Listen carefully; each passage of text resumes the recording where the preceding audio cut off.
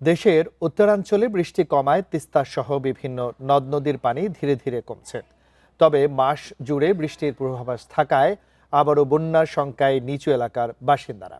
এ নিয়ে আরো জানাতে কুড়িগ্রাম ও টাঙ্গাইল থেকে যুক্ত হচ্ছেন আমাদের সহকর্মীরা। শুরুতেই কুড়িগ্রাম থেকে যুক্ত হচ্ছেন সহকর্মী তামজিদ হাসান।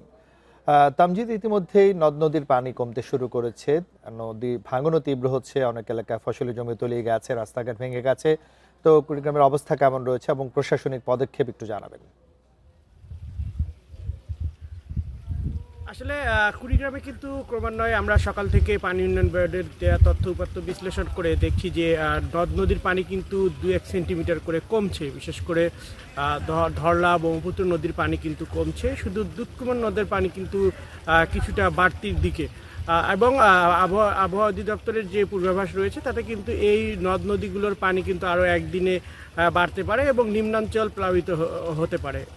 ইতিমধ্যেই কিছু নিম্নাঞ্চল প্লাবিত হয়েছে। কুড়িগ্রামের যে 400-এরও অধিক চরাঞ্চল রয়েছে সেগুলোর অধিকাংশই কিন্তু প্লাবিত হয়েছে, কিন্তু ধীরে ধীরে পানি কিন্তু নেমে যাচ্ছে। আসলে পানি নেমে গেলেও কিন্তু দুর্ভোগ মানুষের বাড়ছে, অর্থাৎ বন্যার পানি নেমে যাওয়ার ফলেই যে ক্ষতচিহ্ন আছে সেটি আরও পরিস্ফুটিত হচ্ছে। ইতিমধ্যে আমরা আপনাদেরকে যেটা জানিয়েছি যে কুড়িগ্রামে যে চিলমারি উপজেলা রয়েছে সেখানে কাজ করলে যে শহর রক্ষা বাঁধ সেটি কিন্তু গত 1 জুলাই কিন্তু ধসের দেখা দিয়েছে। এর 15 দিন পর আবারও এখানে ধস দেখা দিয়েছে। বর্তমানে আমরা সকাল থেকে যে খবরাখবর পাচ্ছি যে অংশে ধস দেখা গিয়েছে সেখানে পানি উন্নয়ন বোর্ড জিও ব্যাগ ফেলছে, কিন্তু আরেকটি বিপরীত অংশে এখানে কিন্তু আবার নতুন করে ধস দেখা দিয়েছে। সেখানেও কিন্তু পানি উন্নয়ন বোর্ডের আমরা সক্রিয় অংশগ্রহণ দেখছি। তারা মূলত ভাঙন ঠেকার জন্য এই জিও ব্যাগগুলো ফেলছে। পাশাপাশি কড়াই বরিশাল যে চরটি রয়েছে এখানে প্রায় 30টির মতো পরিবার কিন্তু গৃহহীন হয়েছে গত 2 সপ্তাহের ব্যবধানে। এখন পর্যন্ত কৃষি বিভাগ থেকে আমরা বন্যার ফলে যে ফসলের যে ক্ষয়ক্ষতি হয়েছে তার কোনো আমরা হিসাব এখনও পাইনি। তারা আমাদের যেটা জানাচ্ছে যে আসলে বন্যা চূড়ান্তভাবে শেষ হলে তারা মূলত এই ক্ষয়ক্ষতির হিসাব দিবে, অর্থাৎ দ্বিতীয় দফায় যে পানি বাড়লো, নদী ভাঙন হলো, আসলে কত কোটি টাকার অথবা কত হেক্টর জমি ফসলের ক্ষয়ক্ষতিতে তলিয়ে গিয়েছে এগুলো হিসাব তারা দিবে। সার্বিক বিবেচনায় এখন পর্যন্ত আমরা জেলা প্রশাসন কার্যালয় থেকে যতটুকু জানতে পেরেছি যে তাদের জেলা কার্যালয়ে পর্যাপ্ত পরিমাণ শুকনো খাবার এবং চাল মজুত রয়েছে। এখন পর্যন্ত তারা জেলার 9টি উপজেলায় কিন্তু শুকনো খাবার এবং চালের পর্যাপ্ত বরাদ্দ দিয়েছে এবং তারা এও বলছে যে উপজেলাগুলো তাদের নিজস্ব অর্থায়নেও কিন্তু শুকনো খাবার বিতরণ করছে। তবে বিচ্ছিন্ন কিছু কিছু জায়গায় আমাদের নদী ভাঙন কবলিত মানুষজন বলছে যে তাদের ওখানে যথাযথ পর্যাপ্ত পরিমাণে ত্রাণ পৌঁছায়নি। তো এই ছিল কুড়িগ্রাম থেকে নদ নদী ভাঙনের সর্বশেষ, যে পানি কমলেও এখন পর্যন্ত মানুষের দুর্ভোগ কমেনি। আমরা এবারে যুক্ত হতে চাই টাঙ্গাইল থেকে আমাদের সহকর্মী মামুনুর রহমানের সাথে। মামুনুর, তামজিদ যেমনটা কুড়িগ্রামের অবস্থা জানাচ্ছিলেন যে পানি কমতে শুরু করেছে কিন্তু ক্ষতচিহ্ন স্পষ্ট হয়ে উঠছে। ইতিমধ্যে টাঙ্গাইলের অবস্থা কেমন রয়েছে সেটি জানাবেন। তার সাথে সাথে টাঙ্গাইল তারাকান্দি আঞ্চলিক মহাসড়কে ধসের কারণে যান চলাচল বন্ধ রয়েছে, সেটির অগ্রগতি কতটুকু রয়েছে, প্রশাসনিক পদক্ষেপ কেমন দেখছেন?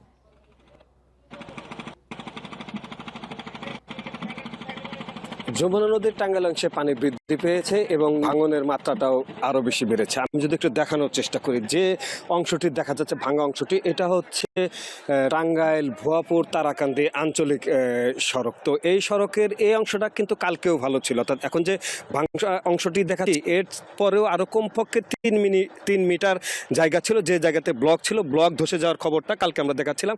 আজকে সেই অংশটা সহ সড়কের একটি অংশ কিন্তু ভেঙে নদীগর্ভে চলে গিয়েছে। তো গত পরশুদিন যখন প্রথম ভাঙন শুরু হয়, তারপরে পানি উন্নয়ন বোর্ডের যে যারা কর্মকর্তা রয়েছে, পানি উন্নয়ন নির্বাহী প্রকৌশলী এবং এই অঞ্চলের যিনি সংসদ সদস্য আব্দুল সালাম পিন্টু, তারা দুজনেই আসেন এবং আসার পরে তাৎক্ষণিকভাবে তারা জিও ব্যাগ ফেলে এই ভাঙন প্রতিরোধে অস্থায়ী প্রতিরোধমূলক কার্যক্রম বাস্তবায়নের জন্য বলেন। যে কালকে সকাল থেকে আমরা যেটা দেখছিলাম, তারা এইভাবে যে জিও ব্যাগগুলি দেখা যাচ্ছে এই ব্যাগ দিয়ে ডাম্পিং করে এই যে নদী যে ভাঙছিল সেটা প্রতিরোধে কাজ করার চেষ্টা করা হচ্ছিল। কিন্তু গতকালকে আমরা যেটা বলছিলাম যে 30 মিটারের মতো, আজকে আরো 35 থেকে 40 মিটার, অর্থাৎ 2 দিনে অন্তত 70 মিটার জায়গায় ধস নেমেছে। তার মধ্যে সড়কের, অর্থাৎ এই যে আঞ্চলিক সড়ক যেটা বলছি বা যে বাঁধের কথাটা আমরা বলছি, এই বাঁধেরও অন্তত 30 মিটার কিন্তু এখন নদীগর্ভে চলে গিয়েছে। আর গতকাল থেকে এই সড়ক যোগাযোগ বন্ধ রয়েছে, অর্থাৎ এই সড়ক দিয়ে যারা চলাচল করতো তারা এখন আর এখান দিয়ে যাতায়াত করছে না, 8 থেকে 10 কিলোমিটার যাতায়াত করছে। তো পানি উন্নয়ন বোর্ডের যিনি নির্বাহী প্রকৌশলী, তার সাথে কথা বলে আমরা যেটা জানতে পেরেছি যে যেভাবে তারা বাঁধের কাজ করছে, অর্থাৎ এই যে জিও ব্যাগ ডাম্পিং করে যে অস্থায়ীভাবে সেটা প্রতিরোধ করার চেষ্টা করছে, এটা অব্যাহত থাকবে এবং তারা যেটা আশা করছে যে আগামী 2 দিনের ভিতরে এই অংশটাতে যে ভাঙা অংশটা দেখাচ্ছিলাম এই সম্পূর্ণ অংশে তাদের জিও ডাম্পিং শেষ হবে এবং শেষ হলে এই সড়কটি যান চলাচলের জন্য তখন উন্মুক্ত করে দেওয়া যেতে পারে। তবে আমরা যেটা দেখছি যে এই যে আমি যদি একটু দেখানোর চেষ্টা করি, সরকারের এই জায়গাটাতে কিন্তু একটা ফাটলের সৃষ্টি হয়েছে। যদি দেখা যায় যে এই ফাটলটা কিন্তু বেশ বড় আকার ধারণ করেছে, রাস্তার অর্ধেকের বেশি অংশ কিন্তু এরকম ফাটলের সৃষ্টি হয়েছে। এই ফাটলের দৈর্ঘ্যটাও আমরা যেটা দেখতে পাচ্ছি অন্তত 30 মিটার। অর্থাৎ এই বাঁধ দেওয়ার পরেও এই ফাটলের কারণে যানবাহন চলতে পারবে কিনা সেটা এখনই নিশ্চিত করে বলা যাচ্ছে না। তো এই সাথে একটু কথা বলি, এই যে বাঁধটি রয়েছে বা যে সড়কটি, এই সড়কের ডান পাশটাতে আমরা প্রচুর বাড়িঘর দেখতে পেয়েছি এবং এইসব বাড়িঘর থেকে আতঙ্কিত মানুষ যারা রয়েছে তারা কিন্তু তাদের মালাল অন্যত্র সরানো শুরু করেছে। এই হচ্ছে আমার কাছে টাঙ্গাইলে ভাঙনের সর্বশেষ। টাঙ্গাইল এবং কুড়িগ্রাম থেকে বন্যা পরিস্থিতি নিয়ে সর্বশেষ তথ্য জানাচ্ছিলেন আমাদের সহকর্মীরা।